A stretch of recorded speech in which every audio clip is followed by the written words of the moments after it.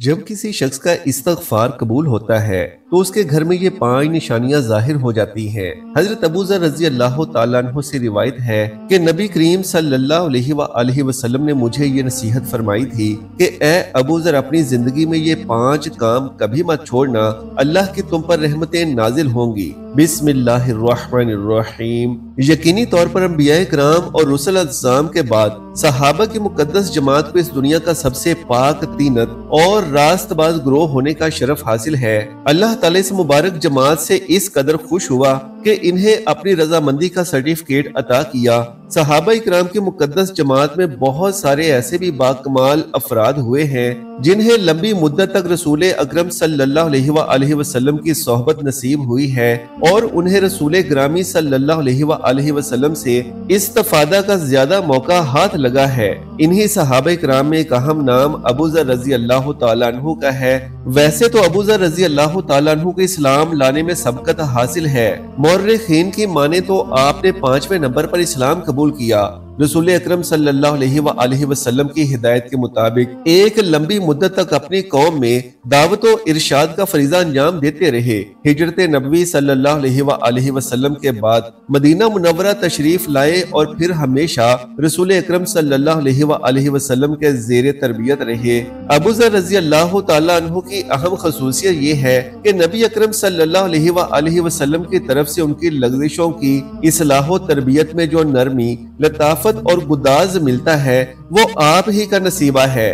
آپ پہلے وہ انسان ہے کہ جس سے رسول اکرم صلی اللہ علیہ وآلہ وسلم نے پہلی بار سلام مسنون کیا، جیسا کہ صحیح مسلم کی حدیث میں وارد ہے۔ ابو ذر رضی اللہ تعالیٰ عنہ کی صدق گوئی کے معترف اجلہ صحابہ ہیں۔ عبداللہ بن عمر رضی اللہ عنہما آپ کی صداقت کو بیان کرتے ہوئے کہتے ہیں کہ زمین و آسمان نے آپ سے بڑا راست باز دوسرے کسی کو نہیں دیکھا۔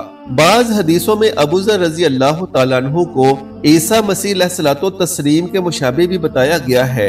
ابو ذر رضی اللہ عنہ کے انہی فضائل و مناقب کی وجہ سے یہ چند جملے قلم بند کیے جا رہے ہیں تاکہ ہم اس عظیم صحابی کی خدا ترسی، زہد و تقوی اور دنیا سے بے رغبتی جیسے عمدہ اور بہتر صفات کو اپنی زندگی میں اپنانے کی کوشش کریں۔ یقین جانے کہ اگر ہم نے ان صفات کو اپنی زندگی میں نافذ کر لیا اور انہیں اپنا حرز جاں بنا لیا تو اس سے ہمارے سارے مصائب و مشکلات حل ہو جائیں گے اور ہمارا رب ہم سے راضی ہو جائے گا اور دنیا میں اطمینان و سکون اور خوشحالی نصیب فرمائے گا اور قیامت کے روز سرخروئی سے نوازے گا۔ آپ کے نام کے بارے میں مختلف اقوال ہیں۔ مشہور ترین قول کے مطابق آپ کا نام جندب بن جنادہ ہے، جبکہ بعض مورخین نے آپ کا نام یزید بن جنادہ تو بعض نے جریر بن جنادہ بتایا ہے۔ اس کے علاوہ کچھ مورخین نے بریر بن جنادہ تو کچھ نے جندب بن سکن کہا ہے۔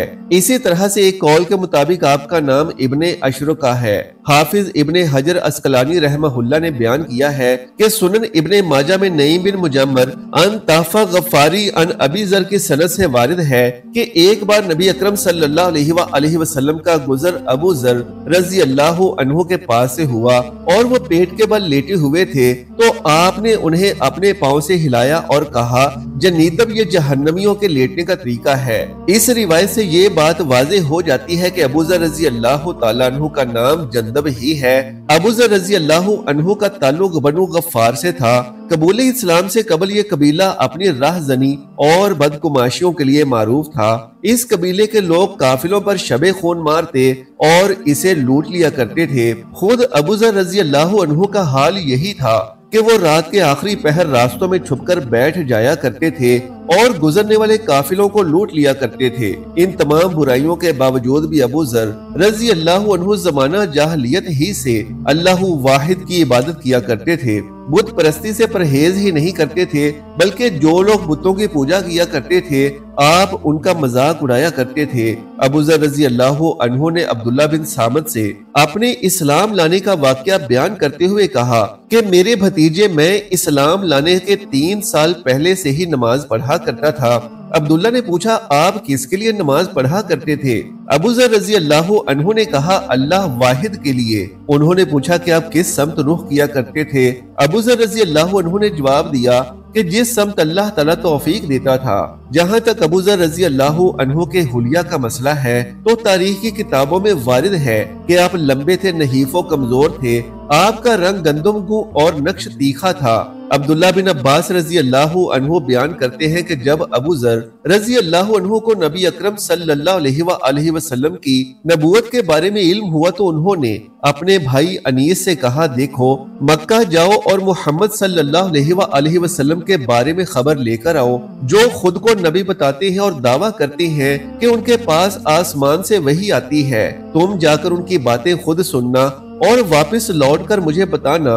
چنانچہ انیس وہاں سے روانہ ہوئے اور مکہ پہنچ کر از خود رسول اکرم صلی اللہ علیہ وآلہ وسلم کی باتیں سنی، واپس لوٹے اور ابو ذر رضی اللہ عنہ کو بتایا کہ میں نے ان کے باتیں خود سنی ہیں، وہ لوگوں کو اچھے اخلاق کی تعلیم دیتے ہیں اور میں نے ان سے جو کلام سنا ہے وہ شعر نہیں ہے۔ اس پر ابو ذر نے کہا کہ جس مقصد کے لیے میں نے تم کو مکہ بھیجا تھا مجھے پوری طرح سے تشفی نہیں ہوئی۔ انہوں نے خود توشہ باندھا، پانی سے بھرا ہوا ایک پرانا مشکیزہ اپنے ساتھ لیا اور مکہ پہنچے، مسجد حرام میں حاضری دی اور یہاں نبی اکرم صلی اللہ علیہ وآلہ وسلم کو تلاش کیا۔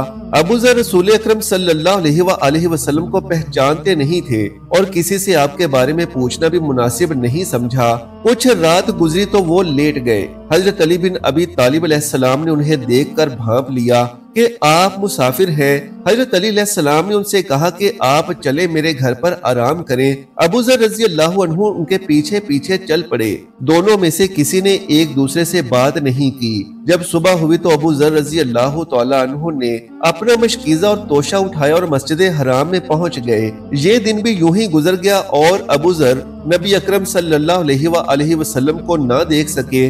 رات ہوئی تو سونے کی تیاری کرنے لگے کہ ایک بار پھر ان کے پاس سے علی رضی اللہ عنہ کا گزر ہوا۔ حضرت علی علیہ السلام نے انہیں اس جگہ دیکھ کر سمجھ لیا کہ ابھی تک انہیں اپنا ٹھکانہ نہیں ملا ہے۔ وہ پھر ابو ذر رضی اللہ عنہ کو اپنے ساتھ لے آئے، لیکن آج بھی کسی نے ایک دوسرے سے بات نہیں کی۔ تیسرے دن بھی یوں ہی معاملہ پیش آیا تو حضرت علی علیہ السلام نے پوچھا کہ کیا آپ مجھے بتائیں گے کہ آپ یہاں کس کام سے تشریف لائے ہیں؟ ابو ذر رضی اللہ عنہ نے کہا، ضرور، اگر آپ میری رہنمائی کرنے کا وعدہ کریں تو میں آپ کو سب کچھ بتا دوں گا۔ علی رضی اللہ عنہ نے جب وعدہ کر لیا تو انہوں نے اپنے خیالات کی خبر دی۔ حضرت علی علیہ السلام نے کہا کہ یقینی طور پر وہ حق پر ہیں اور وہ اللہ کے سچے رسول اللہ صلی اللہ علیہ وآلہ وسلم ہیں۔ پھر حضرت علی علیہ السلام نے کہا، کل صبح آپ میرے ساتھ پیچھے پیچھے چلنا۔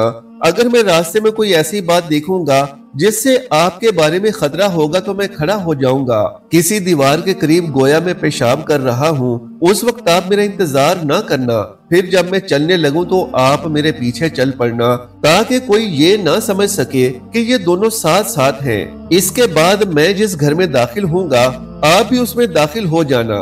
ابو ذر رضی اللہ تعالیٰ عنہ نے ایسا ہی کیا، حتیٰ کہ علی رضی اللہ عنہ کے ہمراہ رسول اکرم صلی اللہ علیہ وآلہ وسلم کی خدمت میں پہنچ گئے۔ آپ کی باتیں سنی تو فوراً حلقہ بکوش اسلام ہو گئے۔ پھر نبی اکرم صلی اللہ علیہ وآلہ وسلم نے ان سے کہا، تم اپنی قوم بنو غفار میں واپس جاؤ اور انہیں میرے بارے میں بتاؤ۔ جب تمہیں ہمارے غلیبہ کا علم ہو جائے تو تم ہمارے پاس آ جانا۔ ابو ذر رضی اللہ عنہ نے عرض کیا، اس ذات کی قسم جس کے ہاتھ میں میری جان ہے، میں ان قریشیوں کے مجمع میں کلمہ توحید کا اعلان کروں گا۔ چنانچہ نبی اکرم صلی اللہ علیہ وآلہ وسلم کے پاس سے نکل کر مسجد حرام میں پہنچے اور با آواز بلند کلمہ شہادت کی گواہی دی۔ یہ سنتے ہی سارا مجمع ان پر ٹوٹ پڑا اور انہیں اتنا مارا کہ انہیں زمین پر لٹا دیا۔ اتنے میں عباس رضی اللہ عنہ وہاں پہنچے اور ابو ذر کے اوپر اپنے آپ کو ڈال کر کہا، افسوس، کیا تم لوگوں کو معلوم نہیں کہ یہ شخص قبیلہ بنو غفار کا ایک فرد ہے اور شام جانے والا تاجروں کا راستہ ان کے قبیلے سے ہو کر ہی گزرتا ہے۔ اس طرح سے عباس رضی اللہ عنہ نے انہیں کفار و مشرکین کے شر و فساد سے بچایا۔ دوسرے روز بھی ابو ذر رضی اللہ عنہ نے مسجد حرام میں پہنچ کر اسی انداز میں اسلام کا اظہار کیا تو اس بار بھی کفار کے مظالم کو اسی طرح سے سہنا پڑا اور ایک بار پھر عباس رضی اللہ عنہ نے انہیں بچا لیا۔ آپ چند دنوں تک رسول اکرم صلی اللہ علیہ وآلہ وسلم کی صحبت میں رہنے کے بعد اپنے قبیلے میں واپس چلے گئے۔ اور تقریباً 13 سال بعد خدمت نبوی میں حاضر ہوئے۔ دیر آید درست آید کے بمصداق آپ رسول اکرم صلی اللہ علیہ وآلہ وسلم کی خدمت میں لگ گئے اور آپ کی اہلیہ محترمہ امہات المومنین کی خدمت میں لگ گئیں۔ ایک روز رسول اکرم صلی اللہ علیہ وآلہ وسلم کی خدمت میں کچھ اونٹ آئے۔ آپ نے صحابہ کرام رضوان اللہ اجمعین کو مخاطب کر کے پوچھا، ان اونٹوں کو کون چرائے گا؟ یہ سن کر ابو ذر رضی اللہ تعالیٰ عنہ کھڑے ہو گئے اور آپ سے عرض کیا، میرا بیٹا زر۔ چنانچہ آپ سرکار صلی اللہ علیہ وآلہ وسلم نے زر کو صدقات کے اونٹوں کو چرانے پر مکلف کیا تو وہ اپنی اہلیہ لیلہ کے ہمراہ مدینہ کی چراگاہ غابہ میں پہنچ گئے اور وہاں صدقات کے اونٹوں کو چرانا شروع کر دیا۔ ادھر عبداللہ بن حسن بن حذیفہ بن بدر کو معلوم ہوا کہ مدینہ کی چراگاہ میں بہت سارے اونٹ چرتے ہیں اور ان پر صرف ایک ہی نگہبان ہے۔ وہ بنو غطفان کے کچھ لوگوں کے ہمراہ چراگاہ پر حملہ آور ہوا اور چرواہے یعنی زر کو قتل کر دیا اور ان کی بیوی کو اٹھا لیا اور اونٹ ہانک کر لے جانے لگا۔ اس دوران سلمہ بن عقوع کی نظر اس پر پڑی، جنہوں نے بہت کم وقت میں پورے واقعہ کو تال لیا۔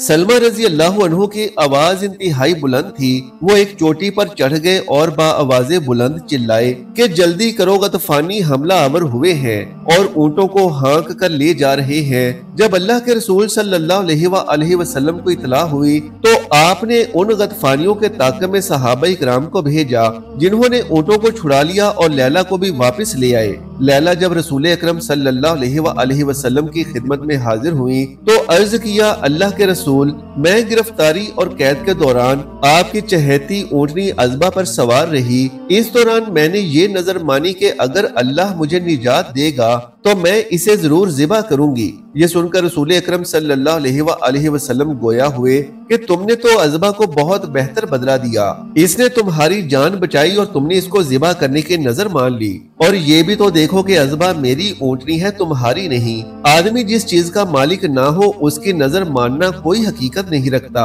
اللہ کے رسول صلی اللہ علیہ وآلہ وسلم سے ابو ذر رضی اللہ تعالیٰ عنہ کو اتنی الفت تھی کہ آپ کی وفات ہو گئی تو ابو ذر رضی اللہ عنہ کی حالت انتہائی ناگفتہ بہ ہو گئی۔ حالت یہ تھی کہ جب آپ مدینے کی گلیوں سے گزرتے تو رسول اکرم صلی اللہ علیہ وآلہ وسلم سے وابستہ چیزوں کو دیکھ کر اس قدر زار و قطار سے رویا کرتے تھے کہ آپ کی حالت انتہائی خراب ہو جایا کرتی تھی۔ آپ کی یہ حالت دیکھ کر ام زر رضی اللہ عنہا اور دیگر صحابہ کرام رضوان اللہ اجمعین نے مدینہ چھوڑ کر کسی دوسرے شہر میں جانے کا مشورہ دیا۔ چنانچہ آپ شام پہنچے اور سکونت اختیار فرمائی۔ ابو ذر رضی اللہ عنہ کچھ دنوں تک شام میں قیام پذیر رہے۔ ایک دن کا واقعہ ہے کہ آپ معاویہ بن ابو سفیان کی خدمت میں پہنچے، جہاں پہلے سے ابو موسیٰ اشعری رضی اللہ عنہ بھی موجود تھے۔ ان دنوں عبد الرحمن بن عوف رضی اللہ عنہ کی وفات ہوئی تھی اور انہوں نے ترکہ میں جو مال چھوڑے تھے اس کے بارے میں ہر جگہ چرچا تھا۔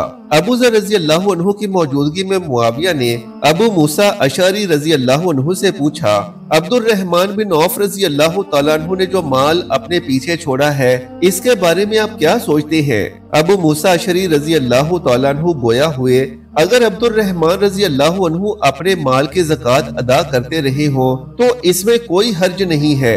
یہ موقف چونکہ ابو ذر رضی اللہ عنہ کے موقف کے مخالف تھا، اس لیے وہ ابو موسیٰ اشعری رضی اللہ عنہ کی طرف اپنا عصا لے کر بڑھے۔ ابو ذر رضی اللہ عنہ کا موقف تھا کہ انسان کی ضروریات سے جو چیز بھی زائد ہو وہ کنز ہے۔ کسی بھی انسان کے لیے جائز نہیں ہے کہ وہ اپنے پاس اپنی ضرورت سے زیادہ مال سنجو کر رکھے۔ بہرحال معاویہ کے بیچ بچاؤ سے معاملہ نرم ہوا۔ اس موقع پر معاویہ گویا ہوئے کہ اے ابو ذر، آپ نے ابھی جو کیا ہے وہ اچھا نہیں تھا، نیز آپ نے جو موقف اختیار کر رکھا ہے وہ بھی درست نہیں ہے۔ بہتر تو یہی ہے کہ آپ دیگر صحابہ کرام رضوان اللہ اجمعین سے اتفاق کریں اور پھر یہ بھی سوچیں کہ اگر پوری دولت ہی دینا درست ہو تو زکوٰۃ اور نصاب زکوٰۃ بے سود ہوں گے۔ اس مسئلے میں ابو ذر رضی اللہ عنہ کا معاویہ سے بھی شدید اختلاف ہو گیا۔ ابو ذر رضی اللہ عنہ نے اس موقع پر کہا، اللہ کی قسم جب تک تم شام میں ہو میں شام میں نہیں رہ سکتا۔ ادھر معاویہ نے پورے واقعے سے حضرت عثمان رضی اللہ عنہ کو خط لکھ کر آگاہ کیا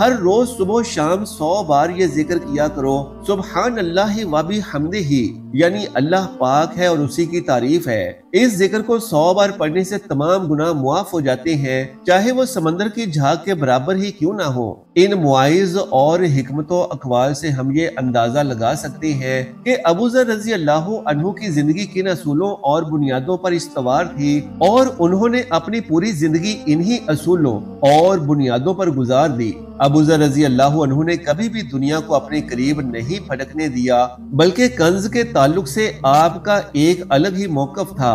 کہا کرتے تھے کہ اگر کسی انسان کے پاس ایک وقت کے کھانے پینے سے زیادہ کی روزی ہے، گویا وہ کنز ہے جس کے بارے میں کتاب و سنت کے ذخیرے میں وعیدیں آئی ہیں۔ بہرحال ابو ذر رضی اللہ عنہ کی یہ انفرادی رائے تھی۔ حضرت عثمان رضی اللہ عنہ نے اسی رائے کے رکھنے اور اس کی تبلیغ کرنے کی وجہ سے انہیں ربضہ مقام میں بھیج دیا تھا، جہاں انہوں نے سکونت اختیار کی اور اسی جگہ وفات بھی پائی۔ اللہ سبحانہ و تعالیٰ سے دعا ہے کہ نیکی کی بات کو سننے، سمجھنے اور اس پر عمل کرنے کی طاقت و توفیق مرحمت فرمائے۔ میرا سنانا اور آپ کا سننا اپنی بارگاہ میں قبول و منظور فرمائے، آمین یا رب العالمین۔ محترم ناظرین، نیچے کومنٹ باکس میں اللہ کا ایک خوبصورت نام ضرور تحریر فرما دیجئے۔ جزاک اللہ خیرن کثیرا۔ اللہ ہم سب کا حامی و ناصر ہو۔